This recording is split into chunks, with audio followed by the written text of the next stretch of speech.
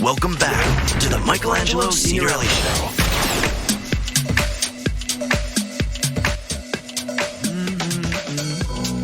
Good afternoon. Welcome back to the Michelangelo Signorile Show here on Sirius XM Progress. My name's Joe Sudbay. We are going to be talking elections in just a minute with David Neer from Daily Kos Elections. And we do this deep dive every as often as I can when I'm guest hosting, and I know he does it with Mike and others as well. And this is the year, of course, this midterm election. There are 34 Senate seats up this year. All 435 members of the U.S. House are up this year. 36 governor's races are up this year. And I think about 80 to 90 House legislative bodies are up this year. So this is a major election. And you heard Bill in Orlando a few minutes ago say that Carlos Smith, state rep in Florida, said we need to treat this like a presidential election. There's that much at stake. Well, joining us to help unpack what's on the ballot, what we need to be focused on, and where we can win, and how we can win. I have a lot on my plate for David Neer, and I'm always glad when he can join us. David Neer, welcome back. Joe, thank you for having me again. I'm so glad you could be here. David Neer, who, you guys have all heard him on this channel many times. He is the political editor at Daily Kos.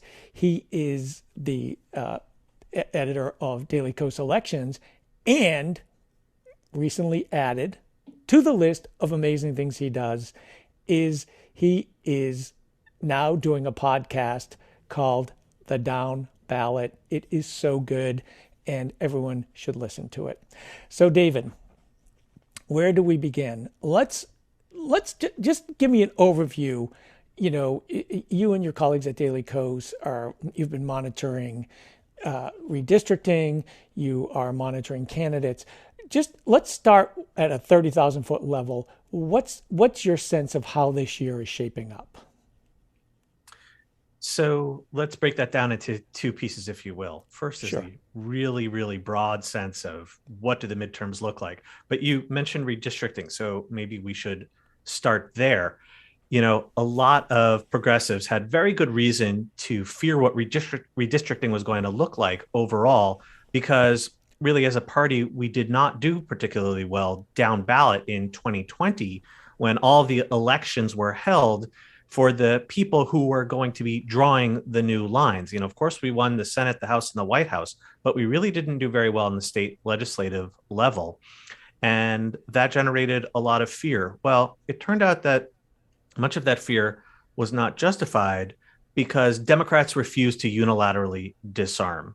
Now, Democrats have pushed legislation in Congress for many years, calling for an end to partisan gerrymandering, but Republicans have refused to pass it. And so Democrats have said in response, well, we're not just going to take this lying down. This bill is ready to pass as soon as you're ready to join us. But in the meantime, we're going to gerrymander the hell out of the states we control if you're going to do that in the states you control. And that's exactly what they did.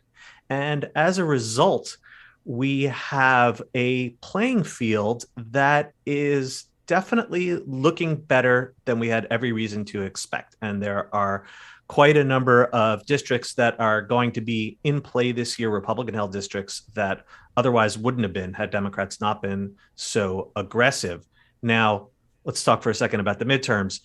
As we know, as everyone listening to this show is probably very familiar, the party that controls the White House seldom does well in midterms. In fact, historically, it usually does quite poorly. There have been some exceptions to that, but generally speaking, voters tend to take out their frustrations on the party in power, whether justified or not. And unfortunately, voters have a lot of frustrations right now. Some are legitimate, some are BS grievances fueled by Republicans, but this is the backdrop we face going into 2022. So it's going to be a hard year for Democrats, despite redistricting turning out much better than most folks expected. Right. The redistricting thing, and a point you made, David, is something I've been ranting about today, which I tend to rant about every time on when I'm behind a mic here on Sirius XM Progress is just how important those state legislative races are. And we'll get to that later. But so we know we've got the House races, but let's talk about the Senate for a bit, because the Senate is, as much as redistricting wasn't as bad in the House, and we'll talk about the House in a little bit. The Senate races are shaping up to be very interesting and not as bad as we might have thought as well. Let's drill down into a couple of states, and I'd like to start in two of the states that have senators who won in 2020, Georgia and Arizona. Let's go to Georgia first, and where we have Reverend Raphael Warnock, Senator Raphael Warnock, running for re-election. Talk about what you're seeing in Georgia, particularly on the GOP side. I have to pinch myself whenever you say something like Senator Raphael Warnock, because I just can't believe we won that runoff last year.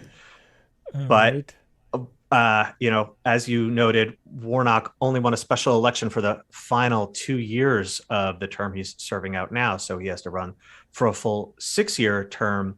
And there we have one of the rare cases of Republicans not facing a bitter, nasty, expensive contested primary, because Donald Trump was so obsessed with former NFL star Herschel Walker that he got behind him quite early on, and no one else of any substance really got into the race. But it's a two-edged sword. Anytime Donald Trump likes someone, you have to wonder, well, what's wrong with them? And the answer with Herschel Walker is quite a lot. He has been accused of violent behavior toward women, and also he's lately come under attack for a rather questionable record in the world of business, that his accomplishments seem to not be what he claims they are. And if that's sounding rather like the guy who endorsed him, well, it's probably not an accident. The thing, though, is we always have to be wary. Just because Republicans put forth a really lousy candidate with huge numbers of flaws, it doesn't mean they can't win. We saw that with Trump himself. And Warnock is going to have a very difficult fight to the end. But man, the guy has been a monster fundraiser. I think it was $8-9 million a quarter last year for 2 quarters in a row. I can't even imagine what the first quarter numbers are going to be for him. He has an incredibly devoted following in a way that few senators tend to have. So he'll have all the resources he needs. The question is, can he run against this tide that's coming in right now?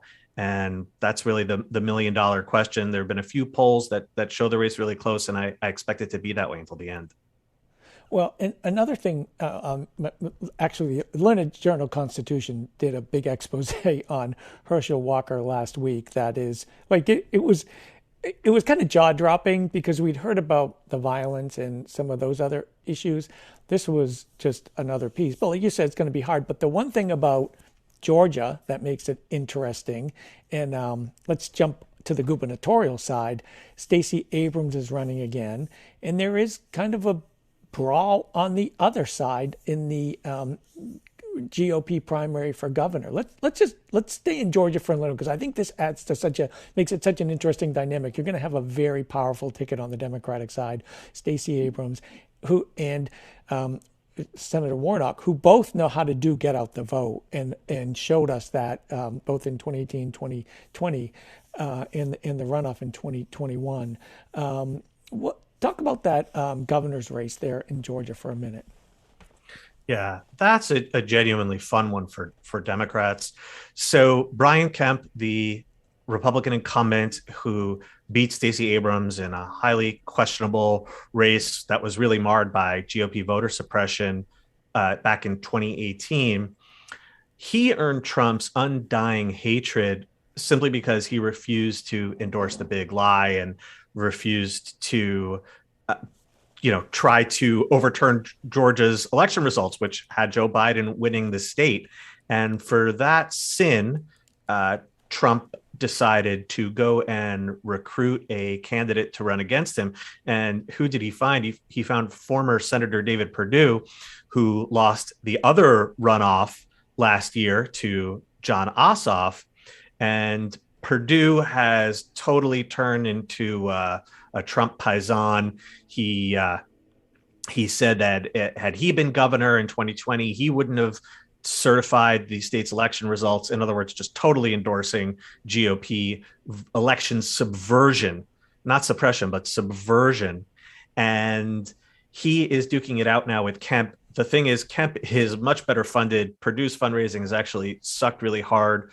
All the polls have shown Kemp with sort of a small to medium sized lead. Trump, interestingly, is going to be doing an event for Perdue soon. And it's sort of, Trump must feel really torn because on the one hand, he hates Brian Kemp so much. On the other hand, he also hates losers just as much. So which does he hate more? I think for now, it's Brian Kemp, but there have been so many reports in other Senate races of Trump being unhappy with whatever schmuck he decided to endorse. So maybe he'll cut Perdue loose at some point, but that one's coming up in May. So we won't have too long to wait. Never dull. But let's zip over to Arizona now. Mark Kelly again won special election in 2020, on the ballot in 2022. Big news about a week and a half ago was that the current governor, Doug Ducey, who had been recruited heavily by Mitch McConnell and even George W. Bush to enter the race, said no, he's not getting in. What's going on in that Senate Republican primary? Yeah, I think that Ducey decided not to run for reasons that are pretty familiar at this point, which is Trump also hates him for the exact same reason he hates Brian Kemp.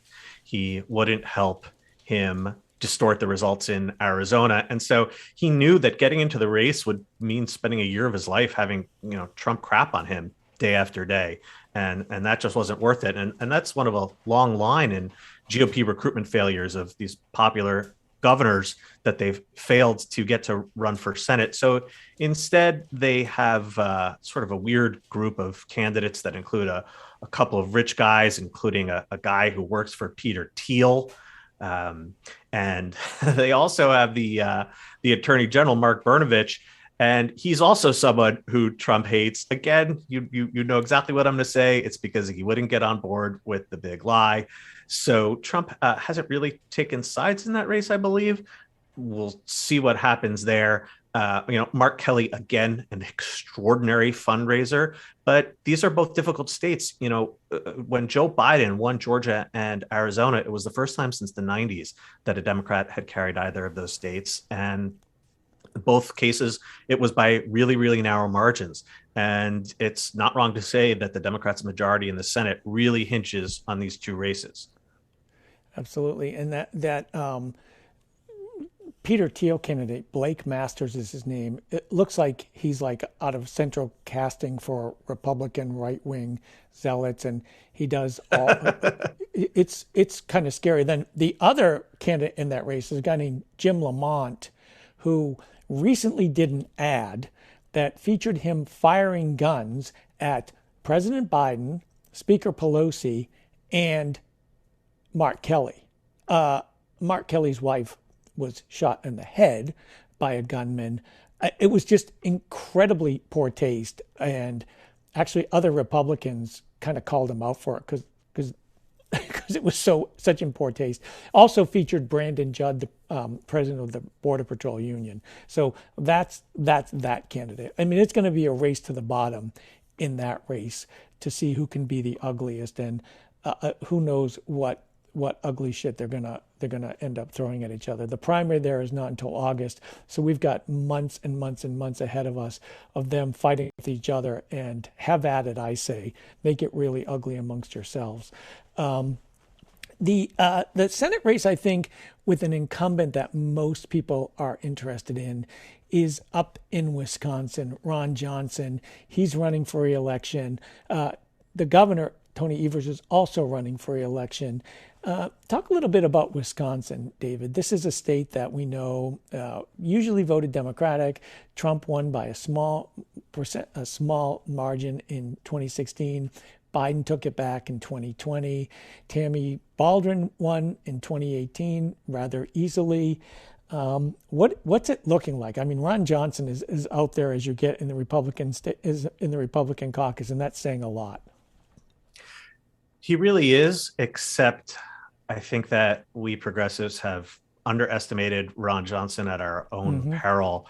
Absolutely. In the 2016 election cycle, we really kind of thought that he was, well, maybe not dead man walking, but extremely vulnerable. And of course, he wound up winning re-election. And in 2010, when he first won, he was this kind of unknown, really weird, rich guy. And he still managed to win. Of course, he had the benefit of a strong GOP wave that year. So I think that more than anything else, despite the fact that Ron Johnson is a maniac and also really stupid, Wisconsin's close nature that you were talking about really matters more than anything else. And, if 2022 is a difficult midterm for Democrats, that could be enough to swing it from the very light blue column to the very light red column. This is a state where the situation is the reverse of what we were just talking about, because we have a Republican incumbent. So we have a contested Democratic primary. Democrats have one really interesting candidate in particular. The Lieutenant Governor, Mandela Barnes, has led in the polls of the primary. He's been a strong fundraiser. He would be the state's first Black senator. And I think that, he's someone who could get a lot of Democrats excited. But, this is going to be a constant refrain in these really closely divided states. It's going to be a really tough race. Though I will say this, if Democrats can somehow hold on to all of their vulnerable seats that are up this cycle, and it's not just Georgia and Arizona, there's also New Hampshire, there's also Nevada, and somehow win 2 more, Joe, you know what that means, right? Oh, I know exactly what that means. That means there would be 52 senators, and with the vice president, and all of the candidates, let's be clear, all of the candidates who are running right now in these contested primaries, Democratic primaries, and we'll get to a couple more, all say they will end the filibuster. That's like, that is a given in for Democratic candidates right now. There are only 2 Democrats who think otherwise, and they're currently in the Democratic caucus. Is that what you're getting at, David? Oh, you nailed it, Joe. If we could somehow create a mansion-proof / cinema-proof Senate majority, the world would be a very different place. Absolutely. And let's just say Sinema, as Mark Kelly's seatmate, does not make it easy for him. She undermines him all the time, whether she does it intentionally or not. She really does. But I don't want to get sidetracked by her, because that would take, I would rant about her for an hour. David, we're in Wisconsin. Let's go over to Pennsylvania, because this is an open seat. Pat Toomey is retiring, and there are contested primaries on both sides. The primary there is, I think it's May 17th. I'll just confirm that. But so it's coming right up. What are you seeing in Pennsylvania on both sides? Because this is a great pickup opportunity, I think, if everything goes okay.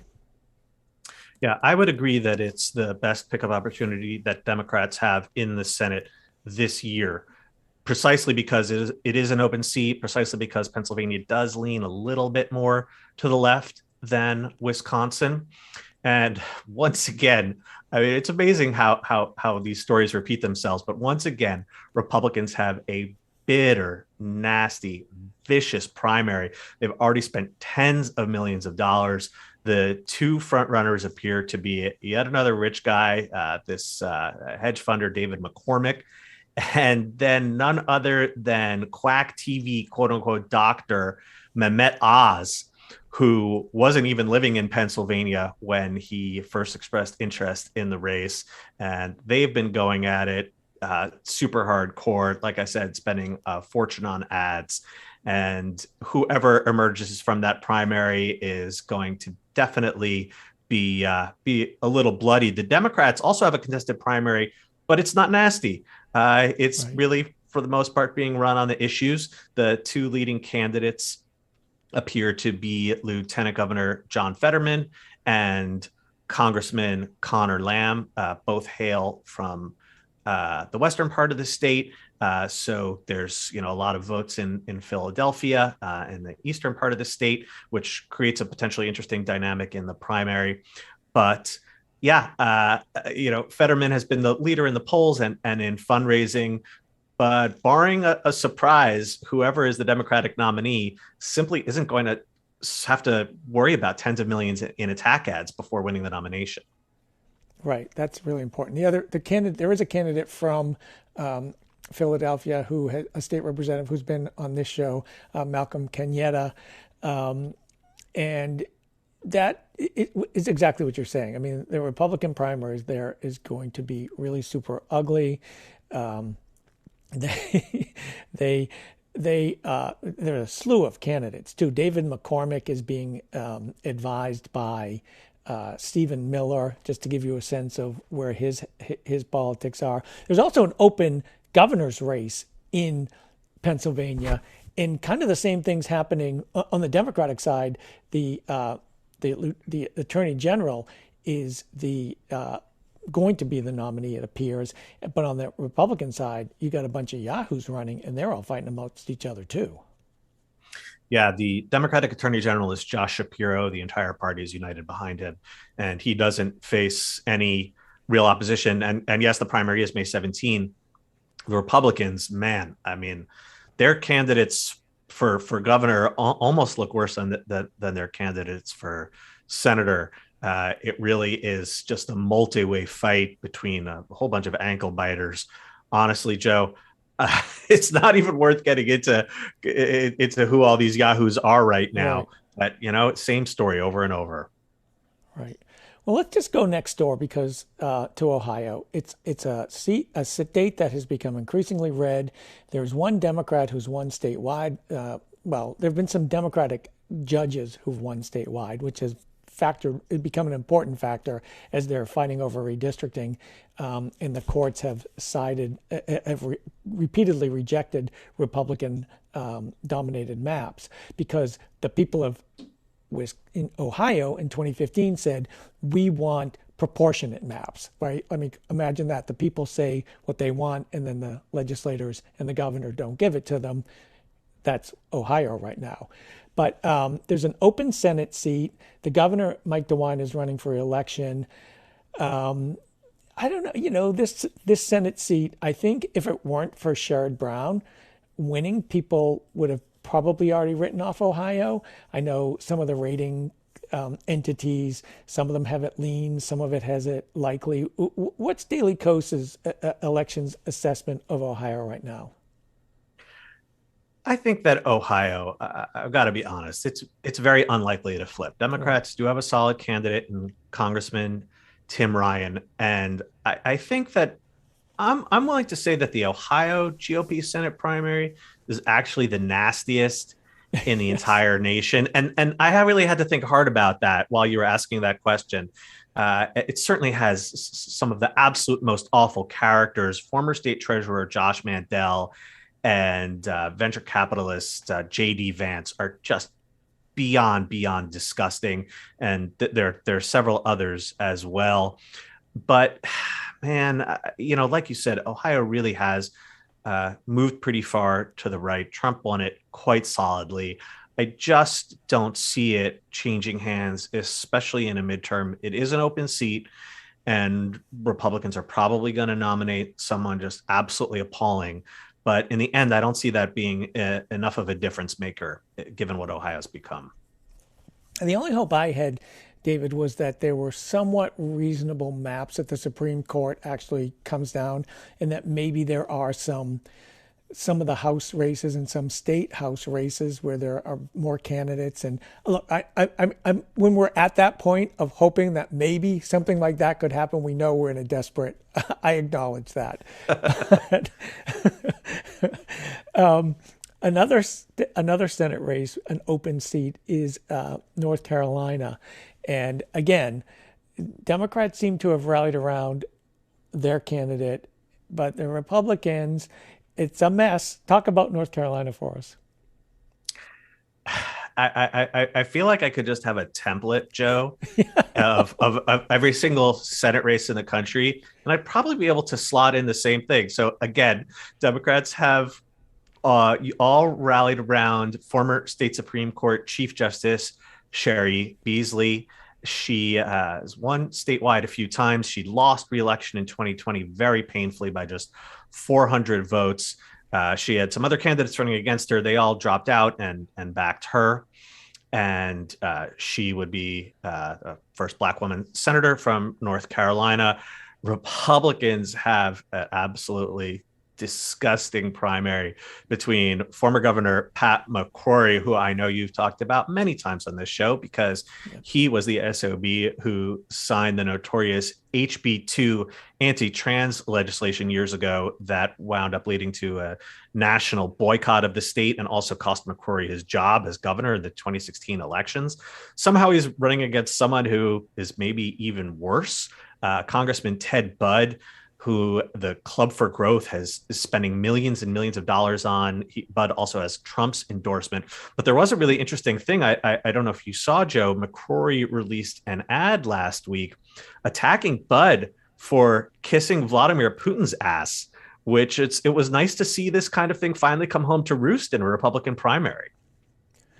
I thought that was fascinating. I know about that ad because I saw it on Daily Kos Elections and my my morning email, Morning Digest, which everyone should sign up for. Tell them how to sign up for it. Because let me just first of all, you get this email in the morning, you will know what's happening in every race, all the recent developments in every race, always with great links to the other sources of information that Daily Kos Elections team has put together. How do you sign up for that the morning email?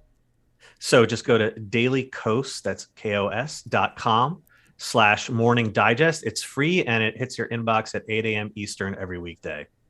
Yeah, and people, our audience are really very hungry connoisseurs of political information. So I'm sure a lot of them already have signed up for it, but it is really an invaluable resource. And the other thing, you have started the podcast, The Down Ballot, and this past week you had on someone who I've been able to interview, and I've interviewed Amanda Littman from Run for Something. I've interviewed her co-founder, Ross Morales-Roquetto, and it is such an important organization. And, one of the things I'm so impressed by their work is they are doing races. They don't do U.S. House and Senate that we've just been talking about. They do the races. They actually recruit and try and train candidates who are running for state legislature, who are running for city council, who are running for school boards. And all of those races are so important. Tip O'Neill said all politics is local. And I just kind of feel like as a party, the Democrats haven't invested as much at that level, and the Republicans do.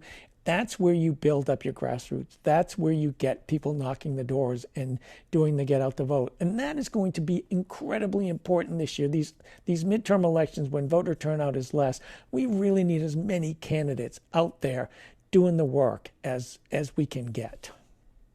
I couldn't agree more. And it's something that I've really grappled with for such a long time, but conservatives, especially the really wealthy, motivated conservatives, seem to have a really excellent understanding of how political power is created in this country. And they are willing to invest in the unsexy races over a very long period of time. And it's reaped incredible rewards for them. And on our side, it feels like our billionaires are motivated sort of only by the shiny objects. I mean, you have a tiny handful who invest more broadly, but if it's not the presidential race or some glamorous nonprofit, it seems like it's really hard to get those huge sums of money. You really need to build this long-term infrastructure. And this is a feeling I've had for decades. And, fortunately, groups like Run for Something and other organizations that have sprung up in recent years have sort of helped tip that balance in the right direction. But we have a lot of catch up and we really don't have time. We do not time. It was actually, I did a panel on this at Netroots Nation this past in October. And the panel was when millions are spent and little is left behind. I think it was like that. And I had on J.D. Schulten from Iowa. How much money is spent in Iowa by Democrats every 4 years? Ricky Hurtado, a state rep from North Carolina. How much money is spent in North Carolina every few years? In Florida, Anna Eskamani. Billions have been spent in Florida over the last 2 cycles, and there's very little infrastructure still existing that exists in those states. It's spent on TV, but we're not building up. And that, again, that's what we need to win. And that's why organizations like Run for Something are so important. In Florida, Anna Eskamani set up her own organization called People Power to help register voters because the party and the organizations didn't exist to do it. So really important. And I think that we just all have to focus on that. And it's all, like I say, Republicans know what they're doing at the state legislatures. They invest there because they know it's going to give them the lines and the redistrict. It didn't work out as well for them this time, but it has in the past. Anyways, David, obviously every time you come on, I say I could talk to you forever. Highly recommend signing up for the newsletter, but also listen to the podcast. It's terrific. David Neer's on Twitter at David Neer, DK Elections on Twitter, also just Daily Kos, and go to the elections section. And it's just terrific information. Always a pleasure talking to you, David. Thank you so much. Thank you so much, Joe. Really enjoyed it. This is Joe Sudbay. We're going to take a break here on the Michelangelo Signorile Show. We'll be back in just a few minutes. The Michelangelo Signorile Show on Sirius XM.